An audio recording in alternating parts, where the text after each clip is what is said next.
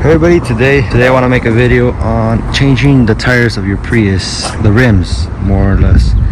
So I used to have the other tires that are 17 inches, the original for the XLE Prius. This is the hybrid that you only pump gas and it charges by itself when you brake and when you accelerate, and then when the engine just works as a generator.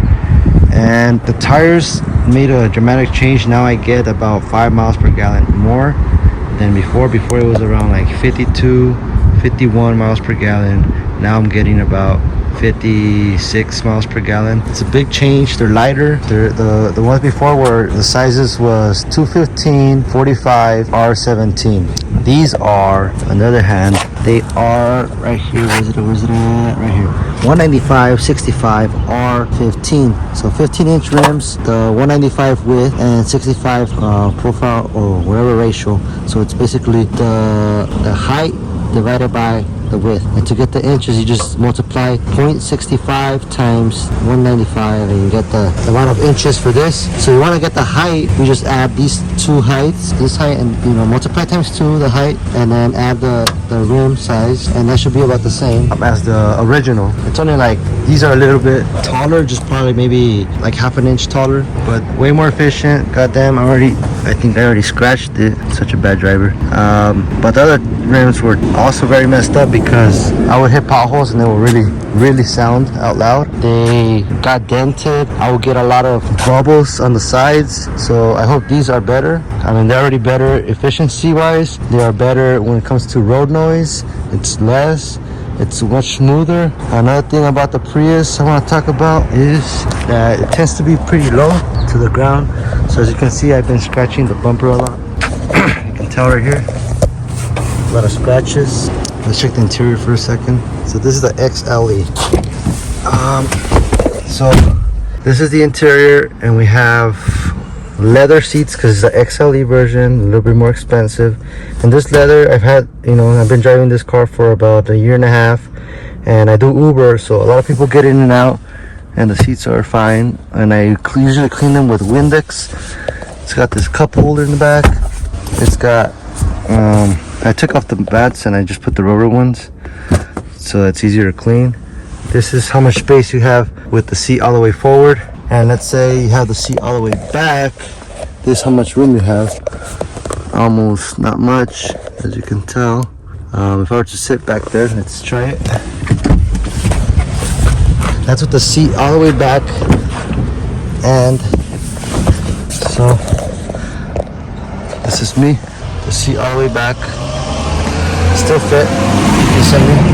My knees kind of scratch. I'm 5'11". My legs are decently long. And these chairs are electric, so this is all the way down and all the way back. So this goes up like that, goes front. This is my comfort zone right here, and right here. Something like that. And that's how much room we got now. And also, what else do we got? The CarPlay thing is alright. Sometimes it switches between your phones. Like let's say you don't want to have the Bluetooth connected and you just want to listen to the radio, so sometimes it switches back to the phone. You just gotta play around with it sometimes a little bit. You also have, for CarPlay you have to connect it, and it has this is to like do CarPlay, this and charge, but it charges faster when you use this connection right here. It has a charger right here, the wireless ones. You just press this button, you put your phone. If your phone has that spec, it has phone charger in the back, so it's good for like Uber drivers because you give them chargers, and people do love and appreciate that you have chargers in the back. We got glove compartment here. The interior is like not hard plastic. I mean, this is hard plastic. This is not hard plastic. This is not hard plastic. This is more like a leather. I think this is probably feels like real leather, but it's just like a thin layer of maybe vegan leather. This is not hard plastic. The steering wheel is like little squishy. Vegan leather as well. It's been lasting, no deterioration so far. That's the honk.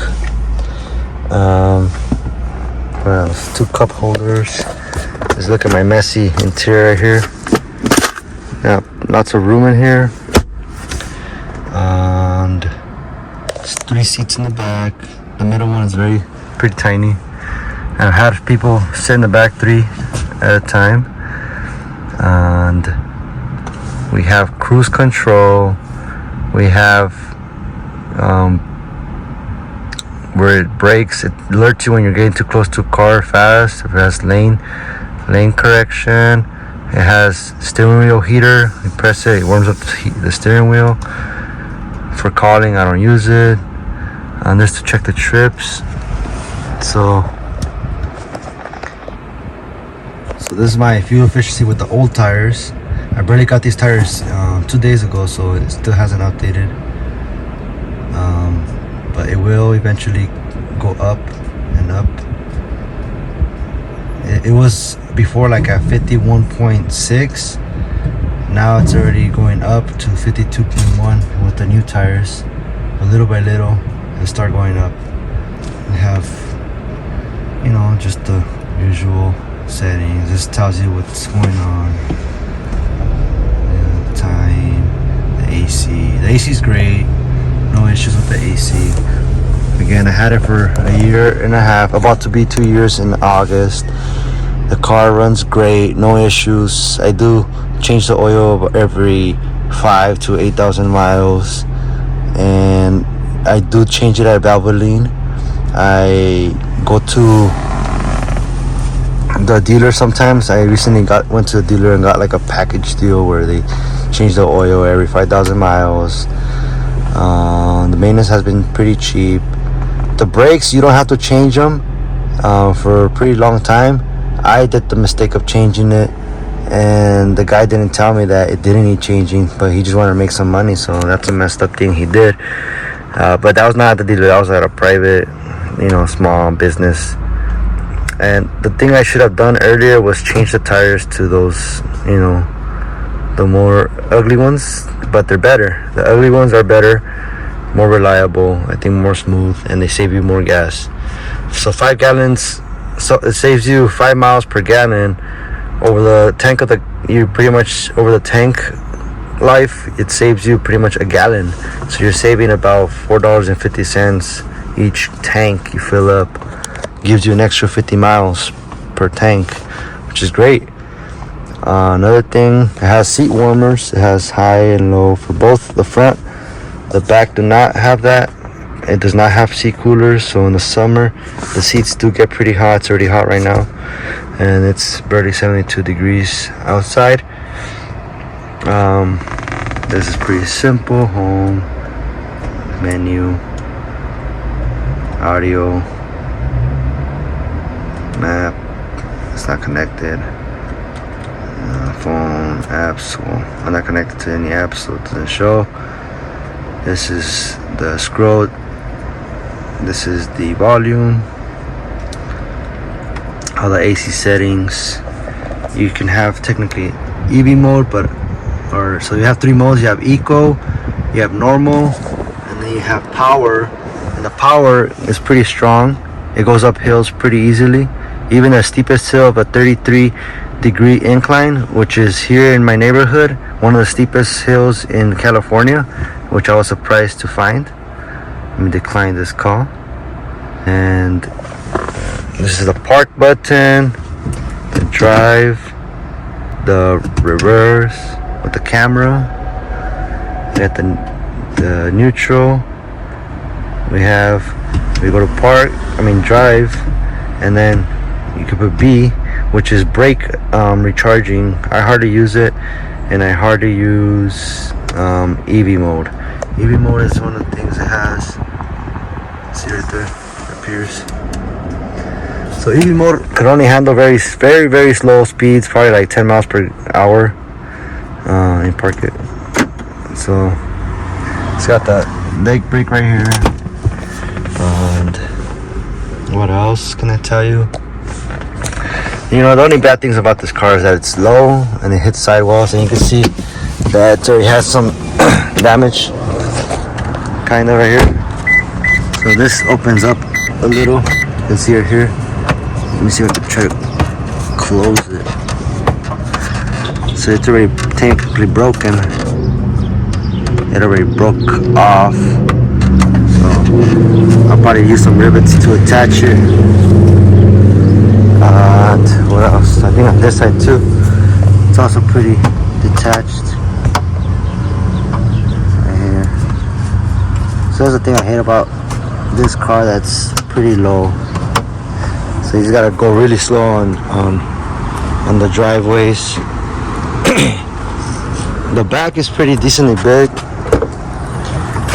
You could fit a decent amount of stuff in the back.